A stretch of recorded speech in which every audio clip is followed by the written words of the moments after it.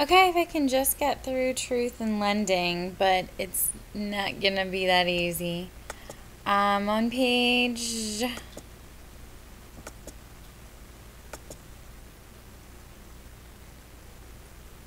Just left off on the closing disclosure.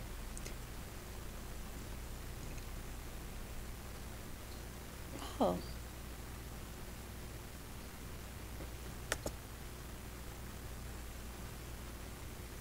On page 330.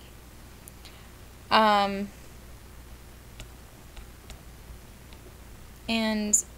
on the closing disclosure, I would think, the lender must disclose you do not have to accept this loan because you have received this form or signed a loan application. Distribution of the form to multiple consumers. In a non-rescindable transaction where there are multiple consumers liable on the obligation, only one disclosure statement need be given and may be given to any consumer who has primary liability. In a rescindable transaction, all consumers with the right to rescind must receive a copy of the disclosure statement and 2 copies of the notice of the right to rescind the transaction unless the notice is provided by email, in which case only 1 copy needs to be sent to each party. Itemization of the amount financed. Consumers must receive or be given the option to receive an itemization except when a GFE is provided. The itemization may not be included in the federal box, and the itemization must include the amounts paid to the consumer, any amounts paid to the consumer's account with the creditor, and the amounts paid to others for the consumer's benefit, with a general identification of those persons, certain parties such as public officials, government agencies, credit reporting agencies, appraisers, and insurance companies may be listed using general terms.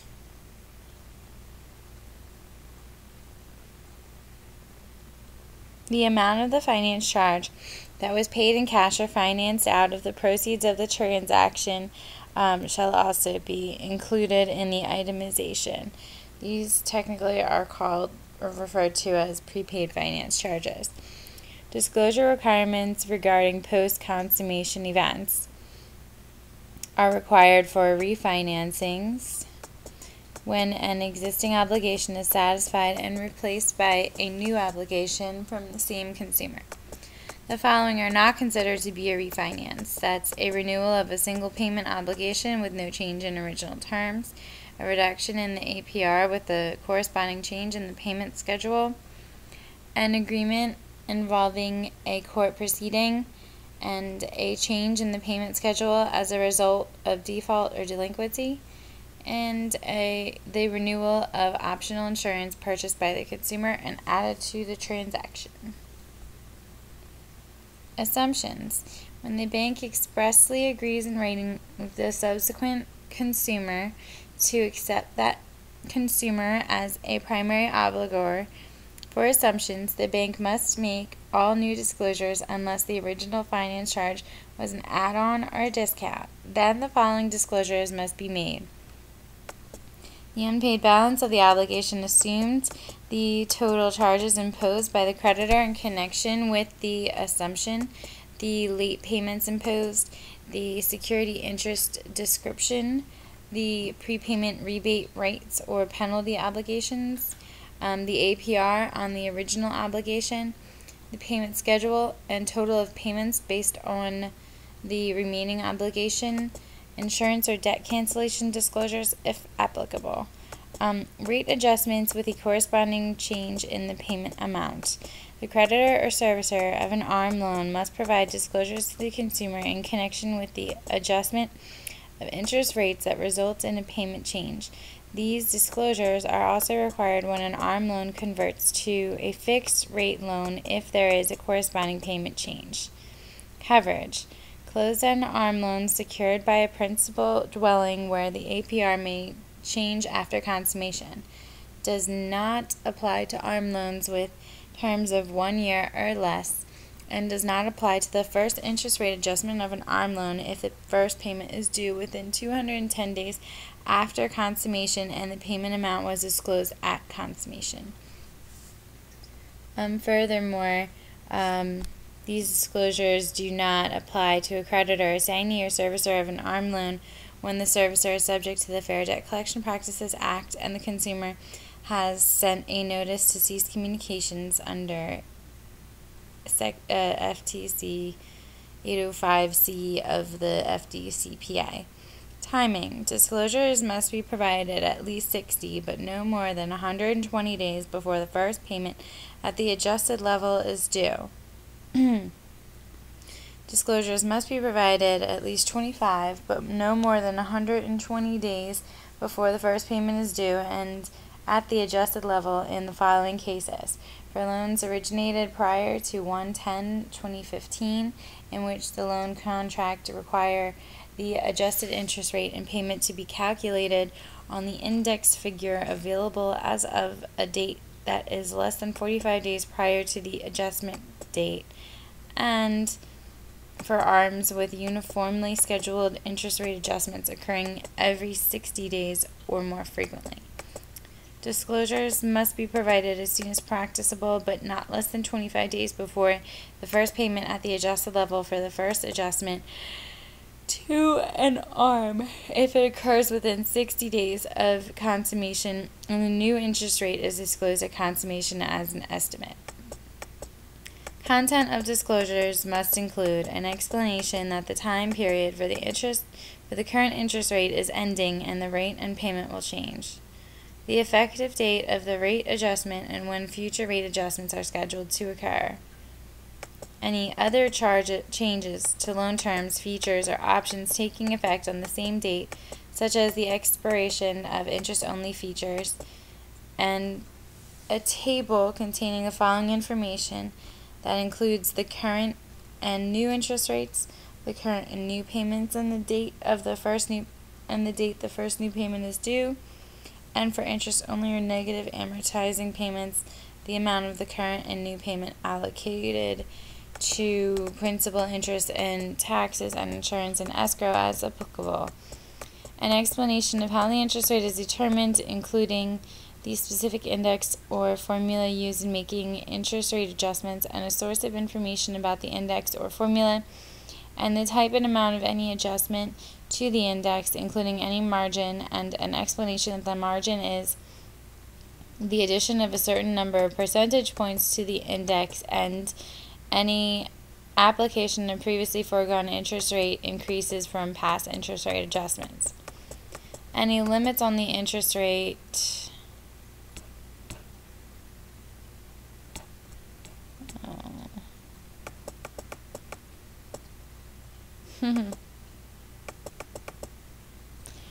or payment increases at each rate adjustment and over the life of the loan, including the extent to which the creditor has foregone any interest rate increase. An explanation of how the new payment is determined, including the index or formula used, any adjustment to the index or formula, such as the addition in a margin, the loan balance expected on the date of the adjustment, and D, if applicable, a statement that the new payment will not be allocated to pay loan principal and will not reduce the loan balance. E, if a new payment will result in negative AM, a statement that the new payment will not be allocated to pay loan principal and will pay only part of the loan interest, thereby adding to the balance of the loan. And F, if the loan will negatively amortize, payment required to fully amortize the remaining balance at a new interest rate over the remaining loan term. The circumstances under which a prepayment penalty may be imposed and the time period during which it may be imposed, and a statement that the consumer may contact the servicer for additional information, including the maximum amount of the penalty. That appears to be the last item of that needs to be communicated in the interest rate adjustment. The format of the interest rate adjustment must be in a table, all of these disclosures, and substantially similar to the model forms in Appendix H. Initial rate adjustments are a little different than the interest rate adjustment that we just discussed, because this is for the very first change in interest rate, and it needs to go out earlier. So knowing that ahead of time, I'm going to read the section that the creditor must provide consumers with disclosures in connection with the initial interest rate adjustment. This disclosure must be provided as a separate document. Timing. These disclosures must be provided at least 210 but no more than 240 days before the first payment at the adjusted level is due.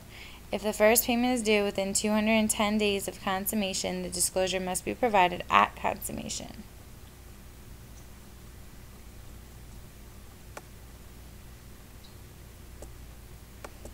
Coverage. An arm loan secured by the consumer's principal dwelling are covered by this section, and it doesn't apply though to arm loans with terms of 1 year or less. Content. If the new interest rate or new payment is not known as of the date of the disclosure, an estimate must be disclosed and labeled as an estimate. Estimates must be based on the calculation of the index within 15 business days prior to the date of the disclosure.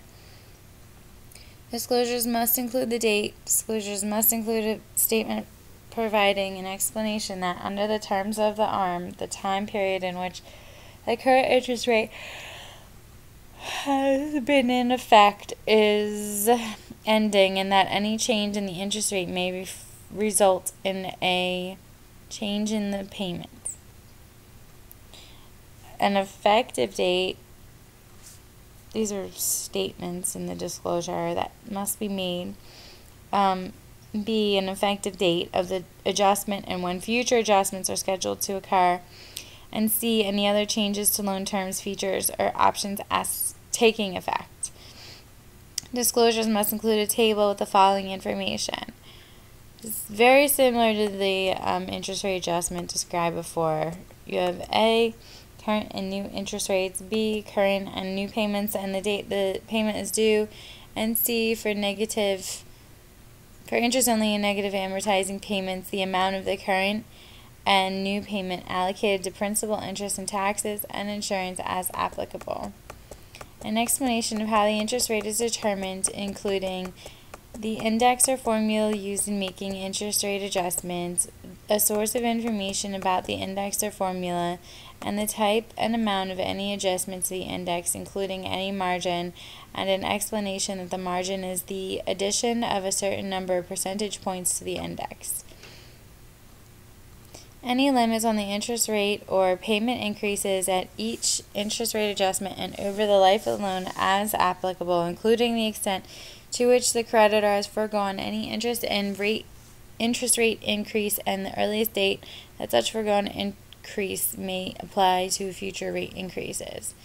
Further, the initial interest rate adjustment shall include an explanation of how the new payment is determined, including the index and or formula used.